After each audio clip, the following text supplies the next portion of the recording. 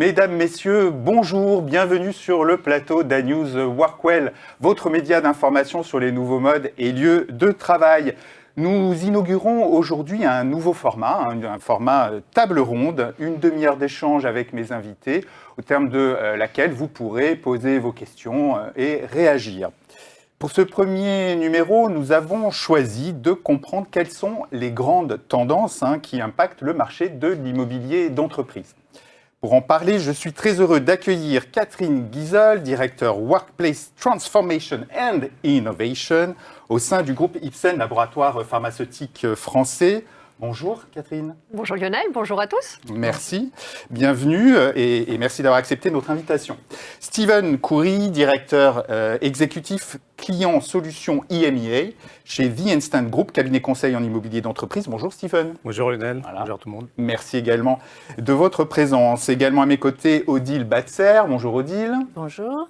Alors, vous intervenez aujourd'hui, Odile, au titre de l'Observatoire de l'immobilier durable, dont vous êtes membre du bureau. Un petit mot rapide sur l'OID pour démarrer, parce que tout le monde ne connaît pas forcément. Non, c'est dommage d'ailleurs. Ben voilà. Donc l'OID, l'Observatoire de l'immobilier durable, c'est une association qui a été créée en 2012, pardon. L'association loi 1901. Exactement. Ouais. Déclarée d'intérêt général d'ailleurs en 2020. Elle représente aujourd'hui 86 membres de différents collèges de l'immobilier. C'est aussi bien promoteurs, gestionnaires, investisseurs. Il nous manque un peu de public. Ah, du public. Du public, ah, il nous manque du public, donc n'hésitez pas à nous rejoindre. Ouais. Donc 86 membres adhérents, ont beaucoup de publications. Tout est en libre service sur une plateforme Taloen. Toutes les publications, toutes les études. Il y a également un baromètre qui est publié depuis 2012 sur la performance, voilà, et qui sert maintenant très souvent de référence. Et plus récemment, depuis 2018, le baromètre de l'immobilier responsable et qui examine les différentes réactions des différents groupes d'investisseurs, notamment sur les sujets de l'immobilier durable. Voilà.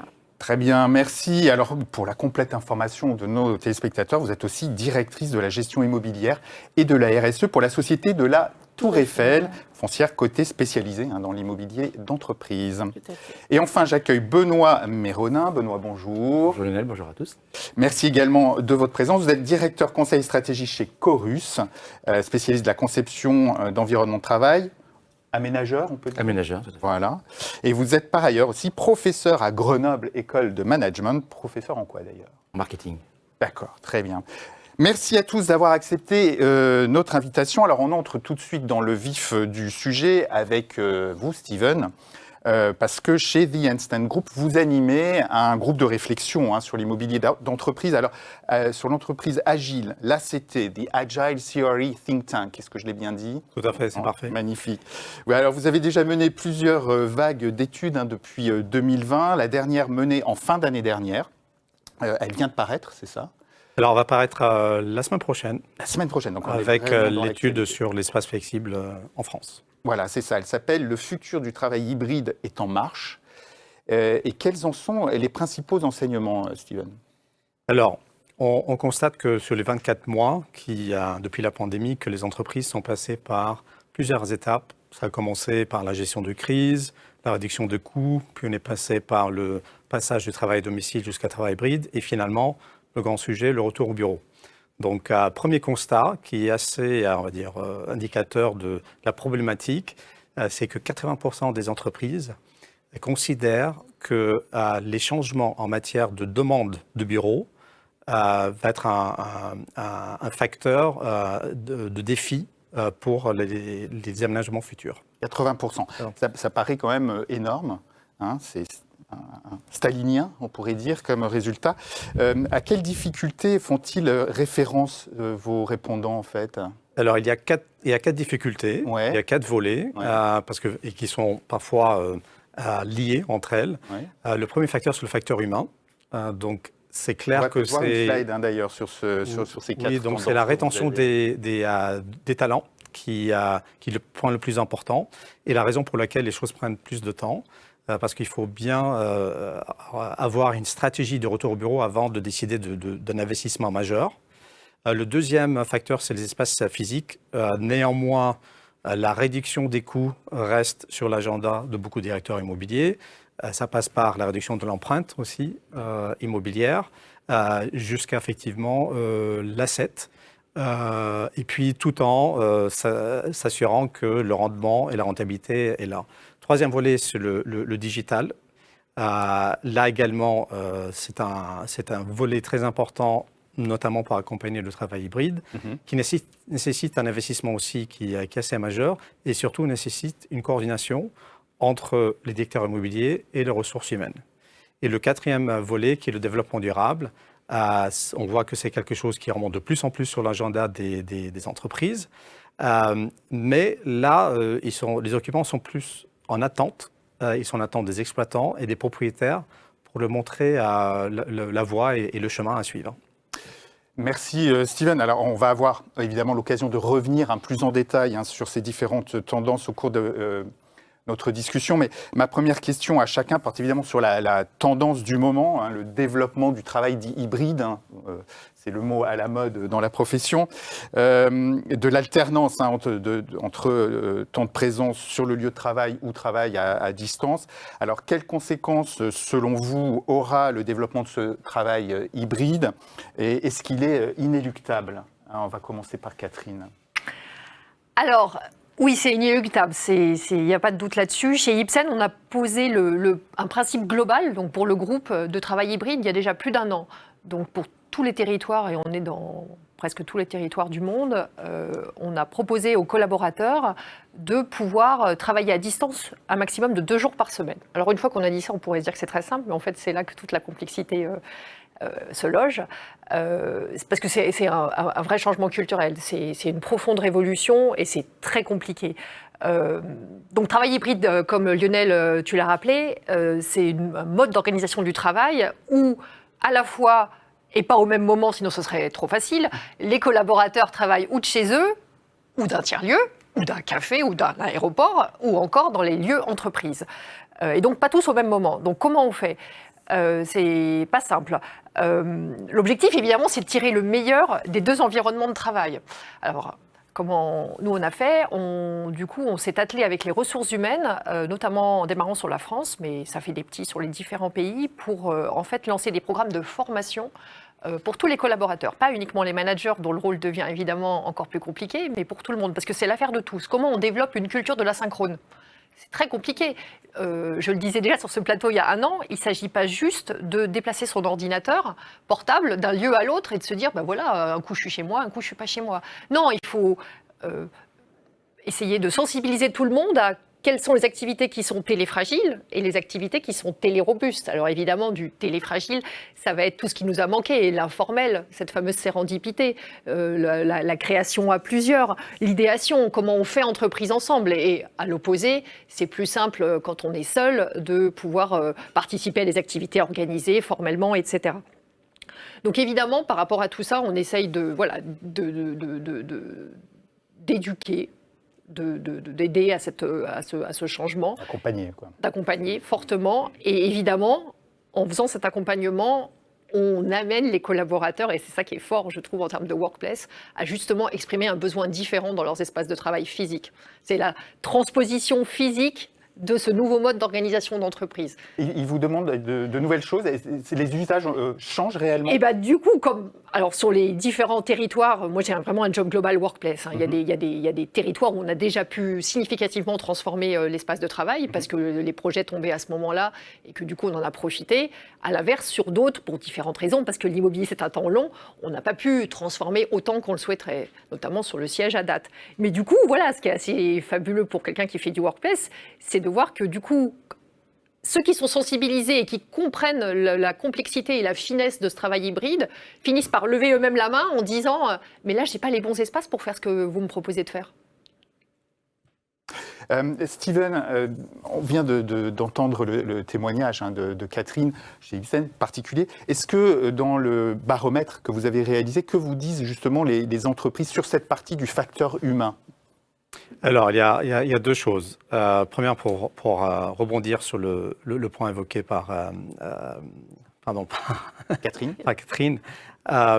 Donc, les espaces doivent être aussi modifiés pour accueillir ce changement de mode de travail des organisations. Clairement. Donc, il y a un chiffre clé qui ressort, c'est que à peu On va près voir d'ailleurs la slide. 33% des espaces vont être dédiés plutôt à du travail individuel. Si on compare ça à la période pré-pandémie, on était à 60%. Ce qui veut dire qu'on voit un inversement de la tendance complètement. Donc, c'était un tiers plutôt espace, on va dire, support, réunion et soit 2 tiers espace de travail. Et là, on voit l'inverse qui se produit. Ouais. Alors, c'est au profit de quoi? Forcément, c'est au produit d'espaces de créativité, de collaboration. Et puis, les espaces vont évoluer pour pouvoir permettre à cette créativité, cette collaboration. Les espaces seront également plus connectés et puis également vont être une offre de services pour pouvoir améliorer l'engagement des salariés. Et là, le facteur humain, il est clé parce que les indicateurs qu'on avait auparavant, on parlait de coût au poste, mètre carré par poste, tous ces indicateurs vont disparaître. Les indicateurs maintenant sont plutôt axés sur la satisfaction des utilisateurs, sur les usages aussi, parce que c'est ce qui va permettre aussi d'adapter les espaces pour pouvoir répondre à ce travail hybride. Et un troisième usages. Et un troisième point qui est fortement lié aussi, c'est le digital. Oui. On voit d'ailleurs dans votre enquête aussi. Hein. Tout à fait. Donc 67% des dirigeants disent que il faut avoir plus de recours aux PropTech qui se transforment par les outils digitaux. Donc ça passe par l'assistance dans la gestion effectivement des rotations au bureau, l'occupation, le mesure, et puis également surtout comment adapter ces espaces à travers le temps. Parce qu'il n'y a pas de formule magique. C'est-à-dire que même si on fait les enquêtes en amont, par typologie de profil pour définir un programme, c'est pas quelque chose qu'on pense inscrire de manière statique qui va durer, on va dire, le temps d'un bail de 9 ans. Et oui. Benoît, comment le professeur que vous êtes analyse-t-il cette tendance et quel conseil d'ailleurs le directeur conseil stratégique Chorus donnerait-il? En fait, sur le travail hybride, c'est vrai qu'on a des approches parfois un peu dogmatiques. Hein. Ça va d'une entreprise dont je ne citerai pas le nom, qui fait partie des licornes françaises de la robotique, c'est zéro télétravail. Le sens du collectif, le faire ensemble, le travail, c'est d'être ensemble sur un même espace, dans un même espace-temps. Jusqu'à Carglass, dont j'ai visité le siège il y a pas très longtemps à Courbevoie, où là, on est en 100% patient flex office. Donc voilà les deux jalons. Et donc, entre ces deux-là, il y a tout un tas de gens qui se posent un tas de questions, au-delà de ces postures qui peuvent paraître un peu tranchées parfois.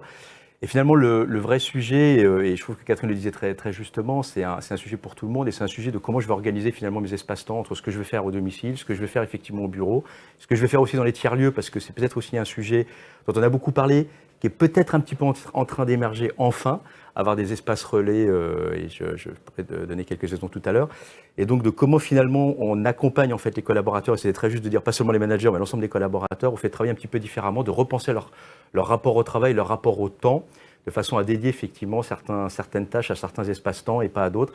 Et ça, c'est une discipline dans laquelle on n'a pas été habitué parce que traditionnellement, on venait au bureau et donc au bureau, on faisait un petit peu tout, un petit peu n'importe quoi. Et finalement, on ne se posait pas trop la question de l'organisation du travail au sens collectif et au sens de comment on aménage en fait ce temps collectif. Odile, j'imagine que vous observez évidemment ce développement du travail hybride. On vient de parler de flex office. Qui dit flex office, eh bien, on entend beaucoup de choses sur les réductions de surface prévues, anticipées. Est-ce que vous anticipez des conséquences importantes en termes justement de demande? Alors, je pense qu'il faut bien voir qu'il y a deux marchés quand même différents. Là, on vient de parler en grands groupes. Grandes entreprises, beaucoup de salariés, etc. Chez Tour Eiffel, on a une particularité, c'est que sur les 650 000 m², on a 510 locataires. Ça vous donne déjà une petite notion. On a, je dirais, 30 gros locataires qui représentent 40% à peu près des loyers. Ceux-là sont des grands groupes, c'est CAC 40, et ça répond exactement à ce que vous venez de décrire. Mais on a aussi toutes nos PME, TPE, en région, mais aussi en deuxième couronne. Et là, les constats sont quand même beaucoup plus modérés. Oui. Parce que qui dit plus petite surface dit impact beaucoup moins important du télétravail. Oui, il y a des postes vides, mais on peut pas facilement mettre en place le flex office. C'est pas les mêmes enjeux. Voilà. Donc, sur nos actifs, péridéfense, première couronne, etc., et grande surface, effectivement, on peut constater soit des demandes de sous-location, soit d'autorisation de sous-location, soit des réductions de surface, des demandes de réduction de surface. A contrario, sur les petites surfaces, on a même quelquefois des locataires qui louaient des grosses surfaces ailleurs et qui viennent chez nous pour des plus petites surfaces. Vous voyez, ça peut même être une opportunité, en région notamment. Oui, ça bouge. Voilà, donc je pense qu'il faut un petit peu considérer la taille de l'entreprise, le nombre de salariés, c'est important aussi. C'est vrai. Alors merci, j'avais envie évidemment maintenant de vous interroger sur l'autre actualité, qui est d'ailleurs en partie liée au travail hybride, celle du retour au bureau, puisque c'est encore en cours. Quand je pense que je faisais déjà des réunions et des conférences sur ce sujet il y a un an, nous y voilà de nouveau. Voilà, après des mois de travail à distance imposés, quasi généralisés, en tout cas pour ce qui est des sites tertiaires. Catherine, comment est-ce que vous préparez ou comment est-ce que vous avez préparé, j'imagine que vous avez déjà préparé ce retour au bureau, et quelles questions se posent en cette période en fait? En fait, comme tu le disais, il a déjà eu lieu. On passe notre temps à le préparer, à le vivre et puis à le refermer, à le remettre de côté. Oui. Alors peut-être une des bonnes nouvelles, c'est que nos sites, nous, aux États-Unis, à Boston, ont réouvert hier. Donc il y a peut-être une lueur d'espoir plus globale. En tout cas, on s'y accroche. Alors il y a un double enjeu. Donc parce qu'il faut donner envie de revenir. Et du coup, on verra comment ce passage au travail hybride va vraiment se réaliser. Parce que soyons honnêtes, on ne fait qu'expérimenter depuis une grosse année. Et donner envie de revenir, ce n'est pas une mince affaire. On a eu une grosse enquête d'engagement qui a lieu tous les 2 ans et elle a eu lieu là à l'automne dernier sur tous les sites Ipsen, donc des résultats globaux. Et selon les pays, mais même de façon plus générale, on voit dans les verbatims qui remontent de vraies questions sur mais expliquez-moi pourquoi je devrais revenir au moins 3 jours au bureau. Avant, on ne se posait pas la question, on allait au travail, c'était la phrase. Maintenant, on fait déjà une sémantique différente en disant je vais retourner au bureau et qu'est-ce que je vais y faire. Donc du coup, voilà, des tas de graines qui étaient déjà semées évidemment bien avant la pandémie se posent à nous, experts du workplace. On parlait beaucoup de workspitality, donc c'était la rencontre évidemment des codes de l'hôtellerie transposés dans le monde du travail. On peut aujourd'hui parler même d'officiality. Si on cible plus. Ouais, officiality. Il y avait l'hospitality, c'est ça. Et donc là, c'est un mélange. Là, c'est encore un mélange. L'objectif, c'est de rendre unique, idéalement, la venue sur un site entreprise pour donner justement envie de revenir. Donc, il faut évidemment proposer les bons services, les bons espaces. Dans les réflexions que j'ai, je me dis que dans l'offre globale de services aux collaborateurs, dans le cadre de son expérience, il faut sans doute imaginer des services qu'on aurait uniquement en venant sur site. Bien sûr. Et oui. Et puis aussi, en préparation, on se parlait du test and learn. C'est-à-dire que vous avez imaginé aussi des choses et il va falloir les tester pour de vrai maintenant. C'est ce que je disais. Alors, de toute façon, là, tous les directeurs immobiliers que nous sommes, on passe notre temps à se dire qu'on ne fait que tâtonner, expérimenter, regarder. Vraiment, on n'a pas de conviction suffisamment forte pour se dire que la bonne solution, c'est A et pas B. Là, l'agilité, elle est clé. Pas uniquement dans les espaces, mais surtout dans la façon dont on accompagne ce retour. Il y a des différences culturelles, évidemment, selon les pays, selon les tailles d'entreprise également, ce n'est pas les mêmes enjeux. Mais il y a vraiment cette demande maintenant des collaborateurs à tout niveau de se dire la vie, elle ne peut plus être la même qu'avant. J'ai appris, je vous ai démontré que je pouvais être autonome, performant. Expliquez-moi pourquoi vous avez besoin encore aujourd'hui peut-être de me surveiller X jours par semaine. Il y a des gros défis devant nous. Oui. Steven, Catherine parlait justement de test and learn et ça me faisait penser à un des éléments, un des enseignements de l'étude, les directions de l'environnement de travail, de l'immobilier, face à cette évolution rapide, à cette incertitude, c'est un des moyens de réponse de beaucoup tester et d'ajuster au fur et à mesure en fait. Tout à fait. C'est un chiffre qui ressort de l'étude. En synthèse, on sait que les directeurs immobiliers, ils sont tous d'accord que les nouveaux modes de travail hybrides nécessitent qu'on intègre les 4 composants qui sont le facteur humain, les espaces physiques, le digital et puis également le développement durable. Maintenant, comme j'ai dit, il n'y a pas une formule pour tous. Donc, selon effectivement ces 4 volets, et avant de déployer, on va dire, une politique générale, beaucoup d'entreprises, et exactement 35% de ces entreprises, ont effectué des tests, donc des sites pilotes, pour tester et apprendre, pour pouvoir mesurer, et puis derrière pouvoir adapter. Donc, c'est plutôt sur des périodes moyen terme, donc on ne peut pas faire ça, bien sûr, sur une décision, sur un bail qui va durer 9 ans. Dans les espaces de travail flexibles, là également, ils sont déjà ancrés dans un certain concept. On est plutôt sur des solutions moyen terme qui vont de 2, 3, 4 ans à peu près pour pouvoir valider un certain concept et apprendre de ce test. Très bien. Benoît, l'expérience employée, la marque employeur, on en parle quand même depuis déjà quelques années, mais qu'est-ce qui change radicalement? Qu'est-ce qui évolue dans cette période? Je pense que c'était beaucoup dans les slides, c'était beaucoup de discours. Je pense que là, effectivement, Catherine le rappelait, on est face à une réalité avec alors toute l'ambivalence de l'être humain, c'est-à-dire à la fois, comme le dit Erving Goffman, le grand sociologue, ont besoin de ce qu'il appelle les territoires du moi, c'est-à-dire l'appropriation de l'espace. J'ai besoin de, malgré tout, quand je vais au bureau, ça me rassure de savoir que j'ai une place attitrée qui m'attend. Puis dans le même temps, on a testé effectivement le télétravail massif, puis le travail hybride. On se dit, mais finalement, par rapport à mon équilibre de vie, c'est quand même beaucoup mieux. Et donc finalement, il y a cette problématique du retour au bureau. Et entre tout ça, effectivement, c'est de se dire, au fond, la marque employeur aujourd'hui, la première question que posent les jeunes quand on veut les recruter, ou les moins jeunes d'ailleurs, c'est comment ça se passe le télétravail chez vous? Donc à partir de là, on sent bien que ce qui était, avant la crise, une espèce de nice to have, pour parler un peu dans le jargon des consultants, c'est devenu un must-have. Mais on aura peut-être l'occasion d'en reparler par rapport au service, un petit peu comme les salles de sport. C'est-à-dire que finalement, aujourd'hui, je pense que beaucoup d'entreprises sont confrontées à cette problématique de la marque employeur, au sens où, effectivement, attirer ou retenir, effectivement, quelqu'un parlait de rétention tout à l'heure, des talents, ça va être compliqué dès lors qu'on n'a pas, effectivement, un dispositif qui répond tout simplement. Et Catherine le disait très justement, ça ne date pas de la pandémie, c'est très profond, c'est très ancien. Ça fait longtemps qu'on parle de ce malaise, de cette difficulté que chacun, je pense même entre nous, là autour de la table, éprouve entre effectivement trouver cet équilibre entre le personnel et le professionnel.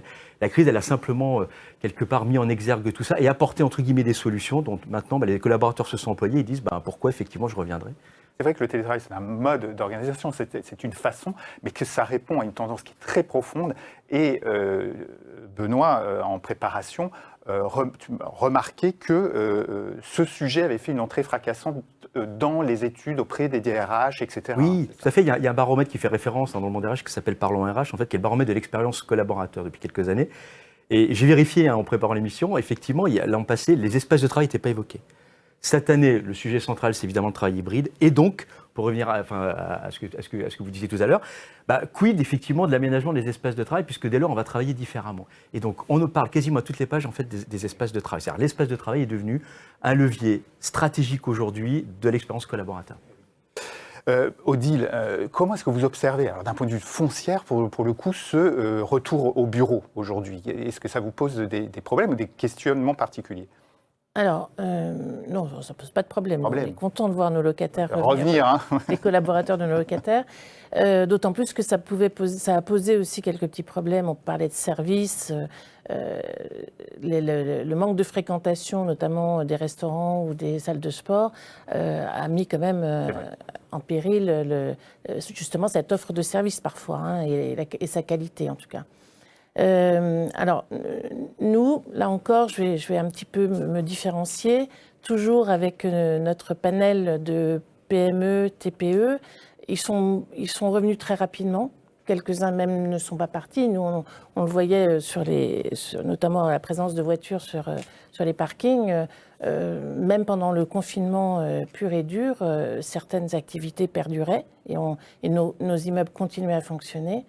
Donc le retour est beaucoup moins massif que chez d'autres locataires, des grands groupes, qui effectivement là ont vidé entièrement des immeubles monolocataires ou multilocataires d'ailleurs, qui étaient fermés, et il y a ce retour au travail.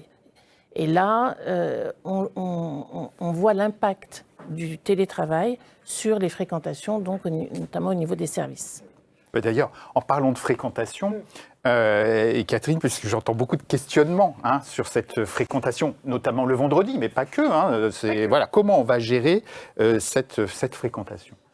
Alors, le point du lissage de la fréquentation Eh oui. dans la semaine, c'est aussi l'un des grands challenges qu'on a devant nous. Parce que, alors là, je vais être catégorique, il n'est pas possible d'avoir aujourd'hui, demain, des sites entreprises qui ne fonctionnent que 3 jours sur 7 jours. Enfin, d'un point de vue RSE, c'est complètement irresponsable. Enfin, c'est juste pas possible. Donc, du coup, quand on s'est dit ça et qu'on est convaincu, et ben, comment on fait pour lisser la présence? Bon, à date, on ne sait pas le faire, soyons honnêtes. Moi, je n'ai pas trouvé encore la solution. Pourquoi? Parce que d'abord, on a eu beaucoup d'allers-retours entre maison, confinement, pandémie, etc. Donc, rien ne pouvait être stable. Et dans les réflexions qu'on a, alors je retourne à mes codes de l'hôtellerie qu'on transpose progressivement dans le monde de l'entreprise depuis déjà avant la pandémie. Et je vais même plus loin, dans les codes de l'hôtellerie, il y a des loyalty programs pour les clients fidèles. Et ben, je pense que demain, dans les bureaux, on va avoir des incentives pour les collaborateurs pour venir le lundi ou le vendredi par opposition au mardi, mercredi, jeudi. Donc je pense qu'on trouvera des bénéfices, des services, que sais-je, mais Des voilà. offres spéciales pour attirer. Des offres spéciales pour voilà, aider à lisser sans brutalité la fréquence. Après, il y a des entreprises qui ont déjà commencé à être beaucoup plus fermes. Ce n'est pas du tout notre cas à date. En expliquant par exemple que telle semaine, les équipes finance, elles sont là le jeudi, vendredi, ou elles sont là le lundi, mardi, et puis vous imaginez évidemment comment on peut le faire avec d'autres départements. Mais je pense que le loyalty programme va arriver dans le monde de l'entreprise. Ah, très intéressant. Alors, autre grande tendance, j'ai resté du coup avec Catherine de l'immobilier d'entreprise, qui fait d'ailleurs l'objet de mon édito cette semaine. C'est la flexibilité, l'espace as a service, voilà, space as a service, le coworking, le bureau opéré. Alors, je sais que ça fait longtemps que la réflexion est en cours sur ce sujet. C'est une demande évidemment des directions de l'immobilier et de l'environnement de travail. Où est-ce que vous en êtes sur cette réflexion du space as a service et de cette flexibilité? Alors, ça va même plus loin, en fait, parce que Space as a Service, bien sûr, ça vise la partie tiers-lieu, bureau opéré, et vraiment, ces sujets-là, évidemment, me tiennent à cœur. J'ai passé 3 ans chez un opérateur de coworking, et puis, évidemment, la partie même site dédié, mais opéré par un autre prestataire, je pense que ça a beaucoup d'intérêt. Mais ce que je voulais dire, c'est que de toute façon, déjà aujourd'hui, on consomme l'espace et on consomme de l'espace partagé, même en entreprise partagée, parce qu'on a de moins en moins évidemment de bureaux attribués, etc. Donc la valeur du mètre carré, là je fais le lien évidemment avec les foncières, mais je suis convaincue, la valeur du mètre carré est aujourd'hui celle recherchée en tout cas par les utilisateurs que je représente, c'est vraiment un mètre carré augmenté où justement l'immeuble est conçu, intelligent, etc. Et alors là, ça va faire plaisir à Lionel qui aime bien les nouveaux concepts, etc. Mais en fait, on rentre dans l'ère du swipe office. Swipe office. S-W-I-P-E. Ouais, tu sais, comme sur Tinder, là, on swipe. Le swipe office. En fait, le bureau, c'est où je veux, quand je veux, comme je veux et avec qui je veux. On va en reparler, parce que je pense. Là, c'est la flexibilité maximum, pour le coup, que tu envisages. Odile, est-ce que ça répond à des questionnements de certains des clients? Qu'est-ce qu'on vous demande sur ce sujet? Le coworking a été un grand mouvement pour les bailleurs. Est-ce qu'on en fait? Certains ont même développé leur propre marque de coworking. Nous, on a été un petit peu prudents au départ. Aujourd'hui, on a loué des surfaces à des coworkers et on en est ravis.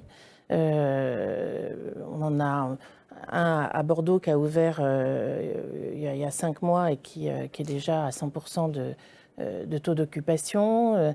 Le meilleur exemple est certainement celui de Lille.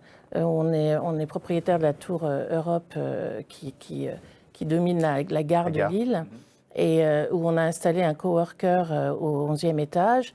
Et qui a été, il a été ouvert en octobre et il est à 60% de taux d'occupation.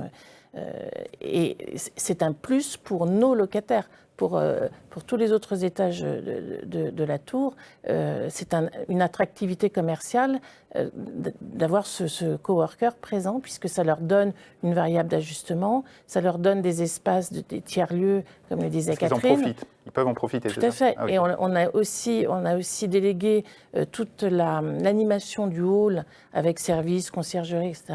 Et là, c'est un hôtel. On rentre dans un hall d'hôtel, on est dans un hôtel et on a des salles de réunion à disposition chez le coworker. Ah ouais. Donc là, il y a un effet win-win indéniable et Ah je oui. pense que c'est vraiment le meilleur exemple. Et c'est pour ça aussi que les coworking se développent plus facilement au cœur des business centers ou Et des quartiers d'affaires. Eh oui. Et pas du tout, contrairement à ce qu'on pourrait penser, En en périphérie. périphérie. Eh oui.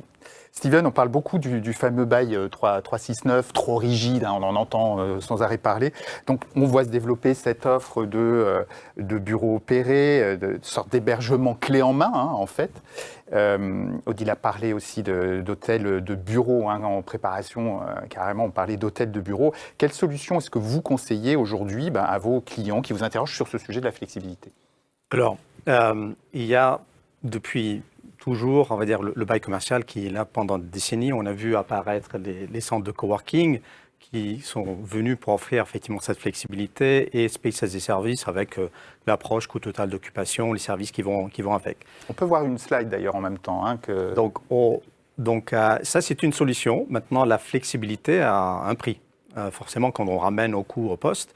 Après, c'est aux entreprises aussi, quand on regarde les portefeuilles, leurs besoins, l'équilibrage qu'ils souhaitent faire pour intégrer l'agilité et la flexibilité. Tu te dis, OK, il y a quelques sites où ça va rester en bail commercial, et donc le bail commercial n'est pas mort, parce qu'ils peuvent s'engager sur du 6 ans, 9 ans, sur des sièges sociaux où il faut incarner la marque, et c'est important pour attirer et retenir les talents. Sur des solutions plutôt très court terme, donc il y a les solutions coworking, et là on répond au besoin d'avoir plus de choix et un networking aussi d'espace. Et puis le moyen terme, là on est plutôt sur les 3 ans à peu près pour le test and learn, pour pouvoir avoir aussi des bureaux de proximité où les sociétés n'ont pas forcément confirmé leur forecast et leur croissance, donc ils ont besoin de passer par une étape intermédiaire. Donc il faut regarder la situation et bien vérifier où est-ce qu'on met le curseur par rapport à la flexibilité, les coûts, et vraiment regarder la boîte à outils que nous avons pour répondre aux différents besoins. Et ce qui ressort clairement, c'est que dans les chiffres du marché, c'est qu'effectivement, la demande d'espace de travail flexible a augmenté en 2021 par rapport à 2020. Donc, ça a augmenté de plus de 23%. Ouais, on voit là. Aussi, on voit que la taille moyenne par nombre de postes de travail, par transaction, a augmenté aussi. La durée des contrats de service a également augmenté. C'est aussi indicateur que c'est l'entreprise aussi qui font recours plus à ce genre de solutions. Et puis rebondir sur votre point qui tout à fait ressort fortement sur les chiffres, c'est qu'on voit les entreprises aussi se recentrer sur les quartiers centrales. Bien entendu, les startups aussi sont très consommateurs, mais même les entreprises revoient le poids de leur mètre carré plutôt, on va dire, mieux positionné à côté des hubs de transport, et puis faire du leveraging plus sur les régions où on voit la demande augmenter. Et quelques chiffres, par exemple, si on prend l'Île-de-France, la défense sur l'espace de travail flexible a baissé en 2021 par rapport à 2020 de 8% à peu près, et à Paris a augmenté de 20%. Donc l'immobilier n'est pas très compliqué, c'est localisation. Et ça revient au début. Dans les quartiers centraux. Ah, oui. Benoît, rapidement, sur ce sujet de la flexibilité, c'est aussi évidemment beaucoup, Steven en parlait, il va falloir faire du sur-mesure, c'est une histoire de culture, d'usage et d'aménagement. Comment est-ce que vous accompagnez vos clients sur ce sujet, la flexibilité? Déjà, Odile l'a beaucoup répété, je crois que les situations sont très, très contrastées. En fait, c'est difficile de dégager des grandes leçons. Je rejoins Catherine aussi sur le côté test and learn. Après, je voulais rebondir sur le côté gamification, parce qu'il y a effectivement des startups qui travaillent déjà sur ces outils de gamification, de l'occupation de l'espace de travail, et je crois qu'effectivement, le Loyalty Programme, il y a quelque chose d'intéressant derrière. Nous, on utilise par exemple le Workplace Game, qui est un jeu qui est bien balisé aujourd'hui, qui a été développé aux Pays-Bas, qui s'est déployé partout dans le monde, et qui permet en fait justement de rembobiner un petit peu le film et de donner la parole à des managers, à des collaborateurs sur les sujets qui les préoccupent. Alors typiquement, le Flex Office en fait partie. Fort heureusement, le jeu ayant été conçu aux Pays-Bas, il y avait déjà en fait la notion de télétravail qui était très présente, et dans les adaptations finalement au fil des années, toutes ces dimensions de travail hybride, de Flex Office, quelque part sont déjà présentes.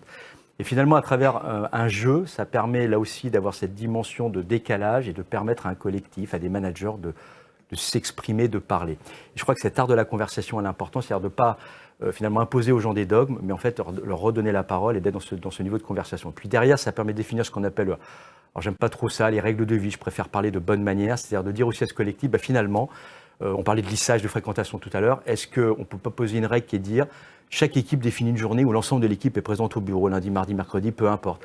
Évidemment, pas tous la même journée, bref, et de se donner des règles, en fait, un mode opératoire qu'on construit ensemble, et quelque part qu'on va signer un petit peu, tu sais, les droits et devoirs à la fin, on va signer quelque part comme un bail d'ailleurs. Voilà, les deux parties vont le signer, et on va mettre en place, et on va tester là aussi avec beaucoup de modestie, parce qu'on trouve ce qu'on va imaginer quelque part dans un groupe de travail, dans un atelier, puis ce qu'on va éprouver dans le quotidien, évidemment, il y a des différences. Donc je crois que là aussi, moi je parle beaucoup de retour sur usage, on parle beaucoup de retour sur investissement, c'est important, mais je crois que dans tout ce dont on est en train de parler, il faut être modeste, on parle d'engagement collaborateur, tout ça, ça peut avoir effectivement des implications fortes, et donc se dire dans les 6 mois, 1 an, 2 ans, est-ce qu'on constate une moindre fidélité de la part des collaborateurs, est-ce que l'engagement faiblit, ou est-ce qu'au contraire, il y a un impact positif du fait de ce meilleur équilibre pro-perso, bref, c'est là aussi de se donner le temps de mesurer ce retour sur usage. Très bien. Merci beaucoup, Benoît. Alors, dernière grande tendance rapidement, puisqu'on arrive au bout de notre table ronde, qui apparaît dans l'étude de The Instant Group. Le développement durable, on va revoir la slide, qu'on pourrait donc étendre aux engagements ESG. On voit, et c'est un des enseignements surprenants de l'étude, que certaines entreprises sont prêtes à payer 25% de plus pour un bâtiment écologique ou green building. Voilà, ça doit faire plaisir à Odile. Voilà. Steven me les présente. Pas l'ensemble des entreprises, mais effectivement, le développement durable remonte sur les agendas de beaucoup d'entreprises, mais ce n'est pas le volet le plus important qui pousse vers une décision. Ça reste le facteur humain qu'on a discuté tout à l'heure. Ouais, okay.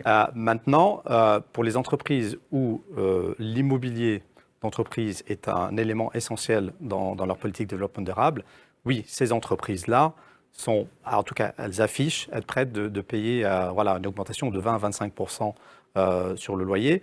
Et c'est aussi des entreprises aussi qui ont des attentes, en fait, ou la demande à changer aussi de leurs shareholders, des investisseurs, leurs clients, ou même également par rapport à leur propre politique environnementale, par rapport à leur business. Voilà. Okay. Rapidement, Odile, c'est la casquette membre de l'OID. C'est quoi l'actualité de l'année en termes de développement durable pour l'immobilier ? Alors, en fait, on a assisté en 2021 à une véritable déferlante législative. Enfin, je pense que vous l'avez tous vu, connu. Il y a de nombreux textes, aussi bien au niveau français qu'au niveau européen, qui ont tous tendance à demander davantage de reporting, davantage de transparence, davantage d'homogénéité dans les critères, notamment les indicateurs publiés.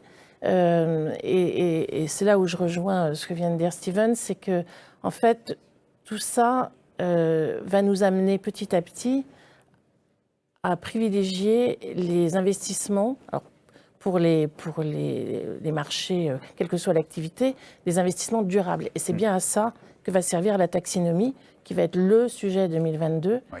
Ça l'est déjà d'ailleurs pour certaines grosses entreprises. C'est un règlement européen qui définit des critères qui permettent de déterminer si une activité économique est durable du point de vue environnemental. Et l'objectif est évidemment de drainer les capitaux sur ces entreprises qui ont des indicateurs d'activité durable. Et c'est au travers des prêts bancaires, les banques vont demander de plus en plus de vérifier ces critères de durabilité. Au travers des prêts à bail, on voit qu'il y a vraiment cette pression qui se passe au niveau européen. Oui, au niveau européen. Et vous venez, l'OID vient de faire paraître un guide sur ce sujet et qui est que tout le monde en accès libre. Voilà, comme tout ce que produit d'ailleurs sur la plateforme Taloen. Absolument. On rappelle qu'au niveau national, on a la RE 2020, le décret tertiaire, la stratégie nationale bas carbone. En préparation, Odile, on évoquait aussi, mais il va falloir aller plus loin, la biodiversité, la fiabilisation de la donnée immobilière. et puis l'économie circulaire et les matériaux biosourcés. Hein. En fait, je pense qu'on est dans l'industrie immobilière, mais également tous nos locataires sont concernés.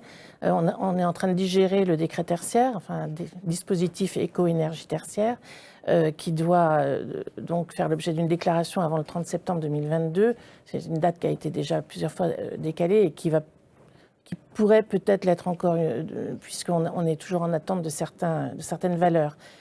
Donc on digère ça déjà, et il y a effectivement tous ces sujets, que ce soit l'article 29 de la loi énergie-climat ou la taxinomie, ouvrent sur des sujets autres comme la biodiversité, puisqu'on s'aperçoit que l'effondrement de la biodiversité est vraiment dramatique, et touche l'intégralité. Il faut savoir que 55% du PIB mondial est assujetti à un service que rend la nature, photosynthèse, pollinisation, etc.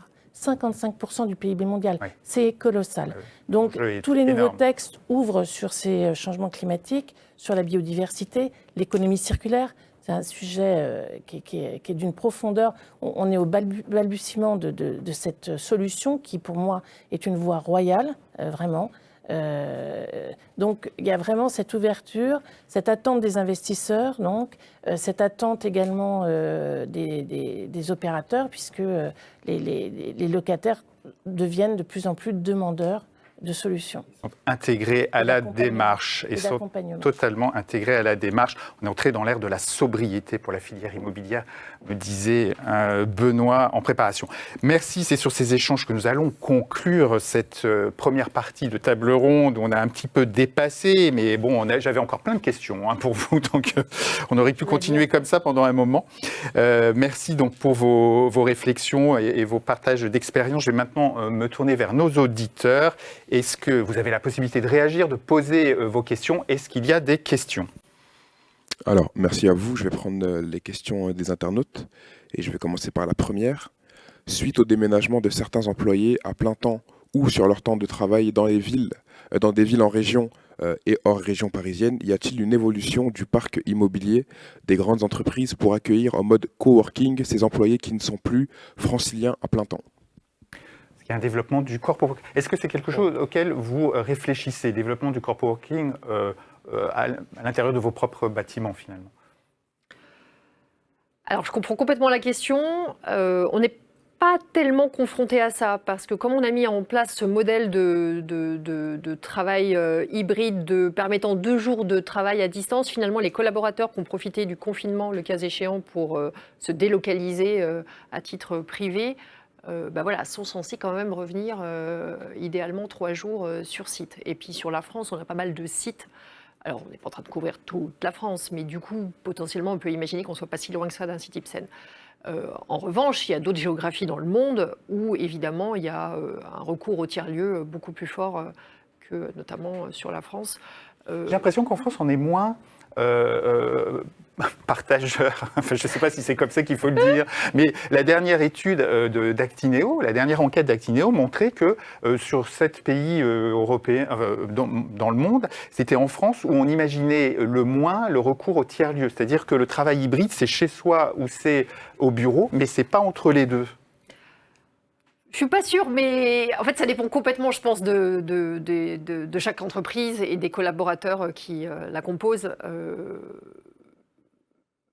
Le confinement, le télétravail, c'est potentiellement très injuste. Enfin, pour beaucoup de gens, ça a été... il y a un risque d'inéquité, un vrai risque d'inéquité. C'est très inéquitable. Et d'ailleurs, c'est pour ça que le gouvernement s'en empare et essaye de mettre en place éventuellement un chèque télétravail, etc., pour que justement on développe cette offre de tiers-lieux avec un maillage fort en France, afin de permettre aux collaborateurs concernés qui ne se sentent pas bien pour différentes raisons à travailler chez eux, de pouvoir travailler autrement. Oui. Donc ça va se développer, c'est évident. Benoît, moi je vous rejoins complètement. Je pense qu'on est au tout début de cette histoire. Catherine disait tout à l'heure, c'était Odile, je crois, le temps long de l'immobilier, mais c'est aussi le temps long des pouvoirs publics. Vous disiez, il n'y a pas suffisamment d'acteurs publics dans l'observatoire. Aujourd'hui, toutes les collectivités territoriales sont en train de mettre en place ce type de dispositif. Quand j'ai visité et rencontré pour la première fois les gens de Startway, Le seul prospect que j'ai rencontré, c'était une agglomération de la région alsacienne qui est en fait aujourd'hui une ville dortoir et qui se dit si moi demain je peux pas réserver des résidents qui restent une partie sur leur temps de travail chez moi, qui vont consommer le midi, etc., évidemment j'ai un bénéfice qui est évident par rapport à l'économie locale. Donc je pense qu'on est juste au tout début de cette histoire. Je pense que les situations sont très contrastées. Moi j'étais sensibilisé récemment, c'est la politique des transfrontaliers, filiale d'une grande banque française au Luxembourg. 50% des collaborateurs sont belges et français. Enquête. La plupart d'entre eux font 1 heure le matin de trajet, 1 heure le soir. L'entreprise a ouvert 2 espaces de corpo working aux frontières pour permettre à ces gens-là, effectivement, de venir quand même se retrouver. Donc, et ça marche. Mais parce que voilà, on est vraiment sur une problématique spécifique liée particulière. Voilà, aux transfrontaliers. Donc je pense que les entreprises vont y venir en fonction de ces problématiques-là. Et puis d'enquête aussi, on va peut-être réobjectiver les problématiques quand même des mobilités pendulaires qui sont quand même fondamentales aujourd'hui. Et finalement se dire, au regard aussi des investissements à la fois des pouvoirs publics, l'État, Caisse des dépôts, mais aussi l'ensemble des collectivités territoriales, l'offre est en train progressivement d'émerger. Mais effectivement, je pense que la remarque est juste. Je pense que le télétravail, tout le monde y est venu un petit peu forcé. L'expérience du tiers-lieu, c'est vraiment quelque chose à découvrir. Il faut que ça trouve sa place effectivement dans nos pratiques. Autre question ? Alors, la deuxième question est la suivante. Comment imaginez-vous le développement des offres d'hospitality management en 2022 ? Bien-être, salle de sport, etc. Quelle évolution en termes de services pour aller vers ce fameux Office Stality ? Alors, la Française que je suis vous dira avec beaucoup de conviction que le service clé, à mes yeux, c'est une offre de restauration de grande qualité. Pour donner envie de revenir, et en fait ça marche dans tous les pays du monde. J'ai commencé en disant que j'étais française, évidemment c'est la boutade parce qu'on est plutôt réputé pour être latin et avoir envie de faire une vraie pause déjeuner, et dans certains pays on sait que la pause déjeuner est courte. Mais dans certains pays, si vous leur offrez justement une pause de qualité, ils sont les premiers à être très heureux. Et c'est là en fait que les échanges, l'informel se développent. Donc voilà, moi je crois en numéro 1 évidemment à du F&B, food and beverage de grande qualité. Et c'est pas si simple que ça parce que la crise sanitaire a beaucoup évidemment secoué les acteurs historiques. Oui. Alors ils se réinventent petit à petit et il y a surtout beaucoup de food tech autour d'eux qui les poussent à se bouger. Beaucoup d'innovation, hein ? Absolument. Après, sur les salles de sport, c'est pas simple parce qu'aujourd'hui, on a envie que la salle de sport, elle soit près de chez soi ou près des lieux où on est. Donc, du coup, il y a des offres qui commencent à se développer pour avoir une carte et en fait pouvoir finalement fréquenter différents lieux selon l'endroit où justement je travaille. Est-ce que vous réfléchissez d'ailleurs à ce développement des services auprès du télétravailleur quand Absolument. il est chez lui ? J'ai mentionné justement cette offre globale de services. Et j'ai contribué à créer un petit think tank. D'ailleurs, s'il y en a qui veulent le rejoindre, sur justement, c'est quoi l'offre de service aux collaborateurs de demain, en prenant en compte justement la partie quand je suis sur un site entreprise et la partie ou quand je suis chez moi ou éventuellement à un autre lieu. Parce que c'est une vraie question. Jusqu'où on va ? Tout le monde n'a pas les mêmes besoins, les mêmes demandes, les mêmes envies. Et les mêmes moyens. En termes d'inclusion, parler de RSE et donc d'inclusion du bâtiment, jusqu'où on va. Et puis si on a envie de faire revenir les gens sur certains sites, il peut aussi y avoir des sites que sur certains sites, enfin des services que sur certains sites. Donc le sujet est complexe, c'est un très beau sujet. Une tendance qu'on voit qui est liée à la rétention des talents, le travail hybride, et c'est le co-living. Donc c'est aussi, maintenant c'est quelque chose qu'on voit émerger parce que comme on n'a plus besoin d'être à Paris ou à la Défense, on peut aller en région et on a besoin de venir 2 jours par semaine. Donc les entreprises commencent à réfléchir aussi, aussi pour attirer les talents qui se posent beaucoup de questions, comme vous l'avez dit Benoît. Développer une vraie offre hôtelière. C'est une offre de flexibilité, de travail hybride, mais également d'être hébergé pendant le déplacement. Donc le monde change dans ce sens-là. J'entends de plus en plus, Odile. Oui, je rebondirais sur ce que disait Catherine. En fait, le service, oui, alors pas non plus à n'importe quel prix. Donc il y a 2 niveaux à nouveau de service. Il y a la salle de sport, le RIE, etc., mais qui coûtent. Et pour les petites entreprises qui ont moins de moyens et qui regardent davantage le niveau de leur charge, on digitalise beaucoup de choses. Les frigos connectés, on en a installé, ça marche très bien, les gens sont ravis. Les conciergeries connectées, la digitalisation aide à offrir du service à un coût plus supportable. Oui. Allez, très vite, dernière question. Alors pour la dernière question, en allant plus loin dans le concept de la gamification, les entreprises envisagent-elles aussi d'offrir l'expérience collaborateur via le métaverse ? Ah, le métaverse. Oula, mais oui, c'est vrai qu'en ce moment Joker. aussi, on était dans les tendances immobilières 2022. C'est bien, finalement, qu'on termine sur ce sujet. Le métaverse. Qui veut réagir au métaverse? Joker. Joker. Pour l'instant, c'est dans la discussion, ça, je vois pas d'émergence vraiment. Je reste en attente pour voir si ça va prendre. Je suis assez. On a vu des investissements récents. Enfin, c'est plutôt de l'investissement immobilier de quelques millions d'euros. C'est plus le retail qui se positionne sur le métaverse pour prendre déjà les bons emplacements dans le virtuel. Si on avait dit qu'un jour on parlerait de On ça. parlerait de ça, C'est énorme. de commerce virtuel. Ipsen, en tout cas, là, oui. Mais voilà, moi, Pas dans le métaverse, on est dans la réalité de délivrer aux patients les médicaments dont ils ont besoin. Et surtout, je pense que dans la discussion, pour moi, le bureau, on passe d'un lieu de travail à une destination. Donc, si on est en train de créer un bureau pour faire revenir les salariés dans un bon emplacement, dans un immeuble de qualité, avec le digital, avec l'offre de service qui peut être consommée, ça veut dire que c'est un espace physique, réel, et je pense qu'il manque le plus aux gens. Et le lien social, effectivement, qui passe par toutes les offres autour de la convivialité et restauration. Parfait. Eh bien, il est l'heure de conclure. Un grand merci à vous quatre pour cette première table ronde de ANews Workwell. J'ai été ravi de vous accueillir. C'était un plaisir. Merci tout particulier à The Instant Group et à Chorus, nos partenaires experts de cette table ronde. Merci à vous tous de nous avoir suivis. À bientôt pour une nouvelle table ronde ANews Workwell. Au revoir.